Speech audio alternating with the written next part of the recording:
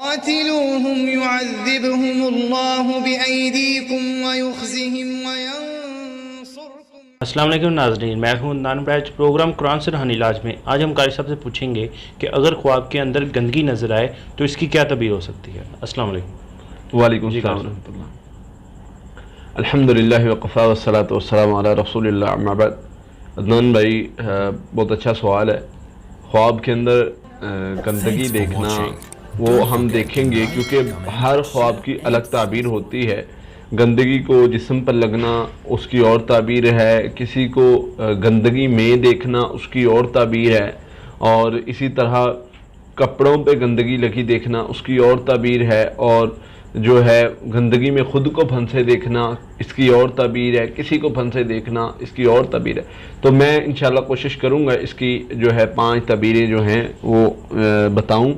تو سب سے پہلی چیز یہ ہے کہ گندگی عموماً ہم دیکھیں تو جب انسان اس طرح کا خواب دیکھتا ہے تو وہ جب سو کے اٹھتا ہے تو بیزار ہوا ہوتا ہے، دل اس کا تنگ پڑا ہوتا ہے، یا وہ مطلب پریشان ہوتا ہے. تو یہ ایک علامت ہوتی ہے کہ یہ برا خواب ہے. اور جب انسان دیکھتا ہے گندگی، یعنی کہ کوئی بھی وہ واش روم میں ہے، واش روم میں گندگی دیکھتا ہے، یا خود کو جو ہے پیشاب وغیرہ کرتا دیکھتا ہے، تو اس طرح کا جب معاملہ ہوتا ہے تو اس کی تعبیر اس کے ذاتی معاملات کی طرف ہے. یہ اس کے ذاتی معاملات میں کچھ خرابی ہے اللہ تعالیٰ کی طرف سے. دیکھیں، اللہ تعالیٰ جب انسان کو کوئی خواب آتا ہے تو اس کا مقصد ہوتا ہے انسان کی اصلاح کرنا. 3 طرح کے خواب ہیں. ایک جو انسان دن بھر دیکھتا ہے، رات کو خواب میں آ جاتا ہے، ایک شیطانی خواب ہوتا ہے. تیسری قسم ہوتی ہے جو اللہ کی طرف سے آتا ہے. فرمایا نبوت کا 40واں حصہ ہے، یعنی اللہ کی طرف سے انسان کی اصلاح کی جاتی ہے، انسان کو بتایا جاتا ہے کہ یہاں پر تم غلطی پر جا رہے ہو اور یہ صحیح ہے. تو اسی طرح اگر انسان خود کو واش روم میں دیکھتا ہے، کسی کو، اپنے بچے کو، اپنی کسی گھر والے کو تو گندگی میں دیکھتا ہے، تو اس کا مطلب ہے کہ اپنے گھر میں اپنے ذاتی معاملات پر نظر دوڑانے کی ضرورت ہے. شرعی لحاظ سے جو ہے اپنے معاملات کو دیکھیں، کہیں کوئی ایسا گناہ ہمارے اندر نہیں آ رہا جو بہت زیادہ اللہ کو ناپسند ہے. اس کا معنی یہ ہے، اس کی تعبیر یہ ہے کہ ہمارے اندر کوئی ایسا گناہ آ رہا ہے جو اللہ کو بہت زیادہ ناپسند ہے. اس میں خصوصاً جو ہے وہ نظر کا اٹھنا، جو ہے وہ گناہ کی طرف جانا. یہ گھر میں سے کوئی فرد یا خود انسان اپنے آپ پر غور کرے کہ میرے اندر کوئی اس طرح کی خامی تو نہیں آ رہی، تو اس کا مطلب، اس کا واضح مطلب یہ ہوتا ہے. دوسری چیز، انسان دیکھتا ہے کہ دور پڑی گندگی، دور کسی کپڑے پر لگی ہوئی ہے، یا کسی اور چیز پر گندا پانی بہہ رہا ہے، سمیل آ رہی ہے اسے، یا گندگی بہہ رہی ہے، اسے سمیل آ رہی ہے. تو اس کا مطلب ہے کہ اس کے کاروبار میں ملاوٹ ہے. اس کے کاروبار میں، اس کے معاملات میں، اس کے کہیں نہ کہیں ملاوٹ آ رہی ہے، جو سود، رشوت، حرام خوری یا اس قسم کے کسی بھی معاملے میں جو مل رہی ہے.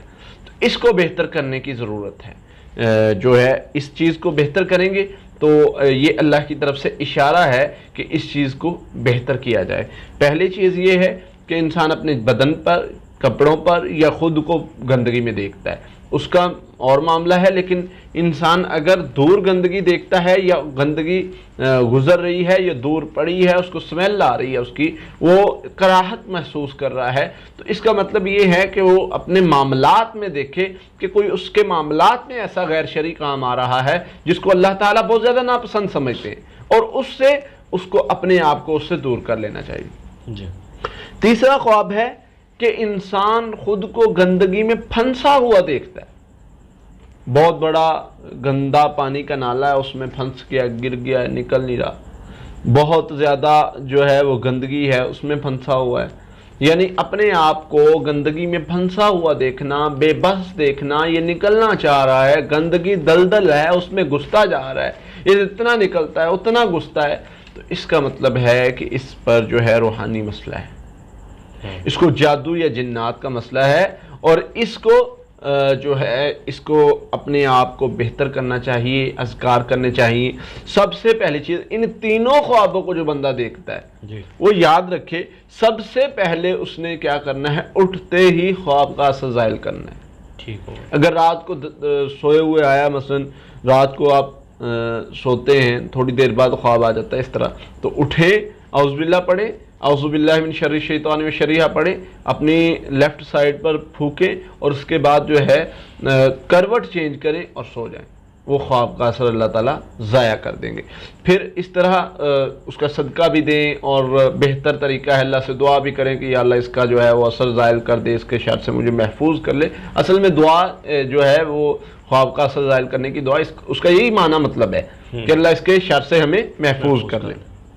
تو صدقہ دینے کا مطلب یہ ہوتا ہے کہ اللہ تعالیٰ اگر میرے معاملات میں کوئی کمی کوتاہی گناہ آ رہا ہے تو اس کو تو معاف کر دے اور بہتر کر دے میرے معاملات کو، کیونکہ انسان غلطی کا پتلا ہے، انسان سے غلطی ہو جاتی ہے، لیکن اللہ تعالیٰ کا فضل ہو، وہ غلطی اللہ تعالیٰ معاف بھی کر دیتے ہیں اور معاملات بہتر بھی کر دیتے ہیں۔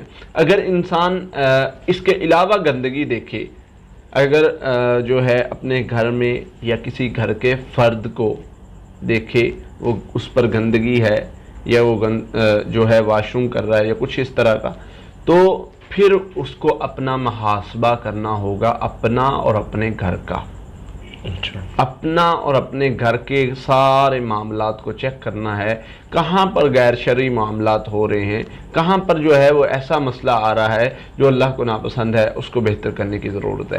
تو یہ معاملات، یہ چیزیں جو ہیں، یہ ان کو اگر ہم اللہ کی طرف سے اشارہ ہوتا ہے، اگر ہم ان کو سمجھ لیں گے تو اس کا جو ہے وہ اللہ تعالیٰ بہتر ہمیں بدلہ بھی دیں گے اور ہمارے معاملات میں مدد بھی کریں گے۔ اس کے بعد اگر یہ خواب بار بار آ رہا ہے، پھنسا ہوا اور اس طرح انسان دیکھ رہا ہے، تو سب سے پہلے رات کے اذکار کرنے شروع کر دے۔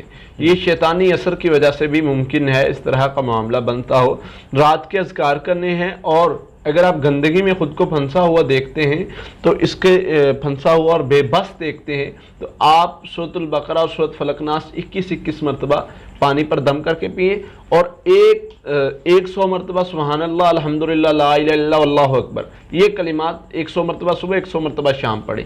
تین چیزیں ہیں، ایک یہ کلمہ سبحان اللہ، الحمدللہ، لا الہ الا اللہ، واللہ اکبر، اور دوسرا سورۃ البقرہ کی آخری 2 آیات سورۃ فلق ناس۔